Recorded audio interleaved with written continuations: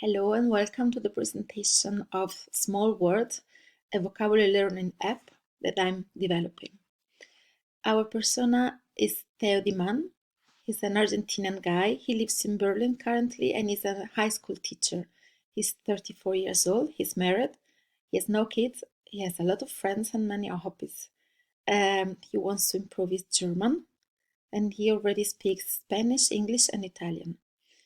He thinks that his world would be smaller and more accessible if he would learn more vocabulary, and he would be empowered to connect uh, with people, to get people closer to him, and especially to make jokes because he's a very funny person. His main goals are to improve his career. He would like to get more working hours and get some more stable financial situation. Um, he would like to be able to communicate in a very proper and professional way with his colleagues at work, and also, on the other hand, to teach students in a very pleasant, engaging way, and be also funny and friendly with them. In his private life, he would like to be closer to people around him, like neighbors, friends. He's a very sociable person. He likes people and people likes him back. So far, he never felt bad in Berlin, never felt discriminated, but he would like to be fully integrated in every aspect of his life, in every context. He's very motivated. He already speaks German, but he wants to really improve and get to a professional level. So he would like to learn vocabulary and grammar and verbs to a very high standard. So to learn proper German, but also to learn some everyday life phrase and vocabulary, some slang too. And he knows, he's aware that it's a big challenge, but he's very happy and he would like to communicate effortlessly. About his the problem that Theo is facing. So far, he's working in the international high school. He teaches only in Spanish. He teaches literature and history, and he teaches only for 20 hours a week.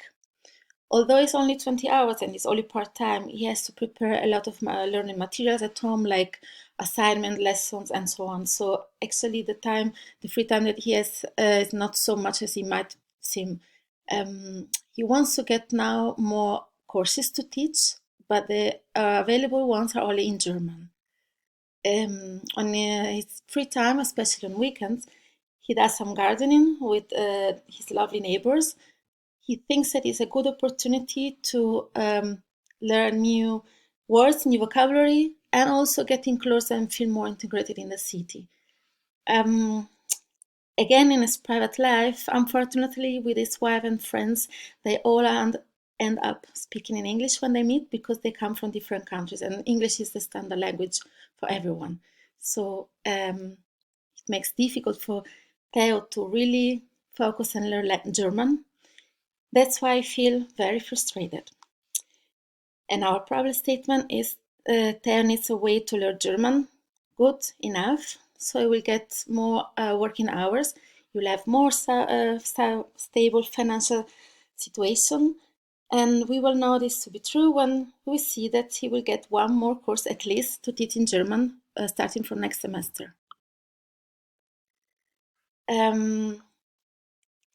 Theo has a not very precise schedule. So he teaches part-time, plus he's working at home. So his daily schedule is very different. And he cannot plan his learning on a weekly basis or on a daily basis. For instance, he cannot attend a language course. It wouldn't be possible for him. So he switches to online tools, either apps or websites. But he didn't find any engaging solution so far. And also he doesn't find useful vocabulary and phrases and words that he could use in everyday life. He tried then to combine more apps and websites together. One was good for grammar, one was good for vocabulary, but it's very time consuming and he was not happy about it. So he's putting a lot of effort in learning the language, but he feels that he's not learning a lot. as he said, if it feels that he's not, he's learning just nothing. Our first prototype, our first wireframing was based on onboarding in 3 steps, explaining the learning material available in the app, then a homepage, which brought to 2 different main learning areas. One was about classical learning way, so grammar, verbs, and vocabulary, and some quizzes. And the second part was a funny part, so to say, where Theo could learn vocabulary through songs, movies, and some slang. There was also possibility to add cards and to play with other users. Our usability test plan was based on 4 main tasks. First was to create a new flashcard in case of Theo was looking for a specific word and the word was not already available in some deck. Second task is about listening to hip hop music. Theo likes music and likes to sing along, but he's not able and he always has to look for lyrics on Google. So by learning lyrics, he could learn vocabulary and also sing along. The third task was about learning vocabulary about plants and flowers specifically, to be able to integrate better in his environment, in his private life as well. And the last task was to interact with other students, with other users, in case they would have more time one day and would like also to challenge himself and play with others and not learn alone. What it was not successful was the onboarding in 3 steps. Our user who made the test didn't find it clear, didn't know where to click in order to go to the next step. They were already also clicking to some words, thinking that they would be forwarded straight away. The homepage was also not very clear. It was not very clear which kind of learning material was available where. And even when they reached the 2 main learning areas, it was not, again, very clear how the material was divided and why was the concept behind it. So the first improvements were already on the onboarding. It's everything now explained in only 1 page, and then from the first page, users can either access straight away to the home page, or they can go 1 step further and have more detailed explanation. Also, during the learning, they can always return back to the onboarding in case they have some doubt and they want to see again how the app works. Then the homepage has now a new structure, and the 2 main learning areas are separated more clearly, and there are also details of what the users are going to find in each learning area. And then more improvements. The 2 chapters, the 2 main learning areas have now similar graphic elements, so the users might not be so confused. It's pretty clear now where is which kind of subtopics and feature. What created more confusion and difficulties for the users was the funny part of learning, so song and lyrics, movies and slang. They were not able to find where the songs were located because there was not specified at any step they could understand, not in the onboarding, not from the homepage, and not from other pages.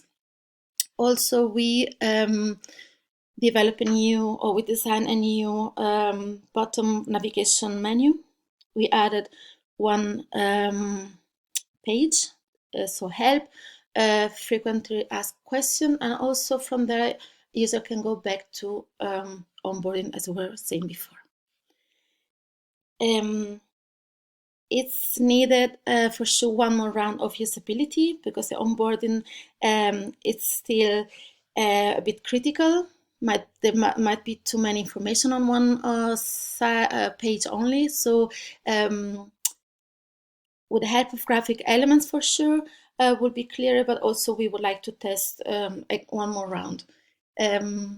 Probably would be useful to make a high fidelity prototype to make users a bit more comfortable by testing.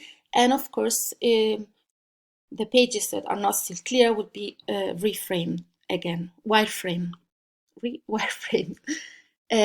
What we have learned at the end of this process was for sure to make the right question in the right time, and even more questioning case. So make personas and participants comfortable, and also us to become, also me to be comfortable. This leads to the next thing that I learned, to be curious and open mind from the very beginning to the very end. And also during the whole process to take notes, because ideas and details can be forgotten very easily. Also on the side, research, read, watch tutorials, and ask people for their opinions also always. And don't forget that this complete process is also a lot of fun. The things that I learned not to do is to invest too much time in wireframing and less time in testing. The two things should be more balanced for the next time. Also, I will not take for granted that a user will be able to understand very clearly what is clear in my mind. This was my biggest mistake, I think. As I said before, asking question, and one more question is better than one less question. And in case the right idea is not coming, then it's also good to take a little break, and then the good idea will come eventually. Thanks for your attention.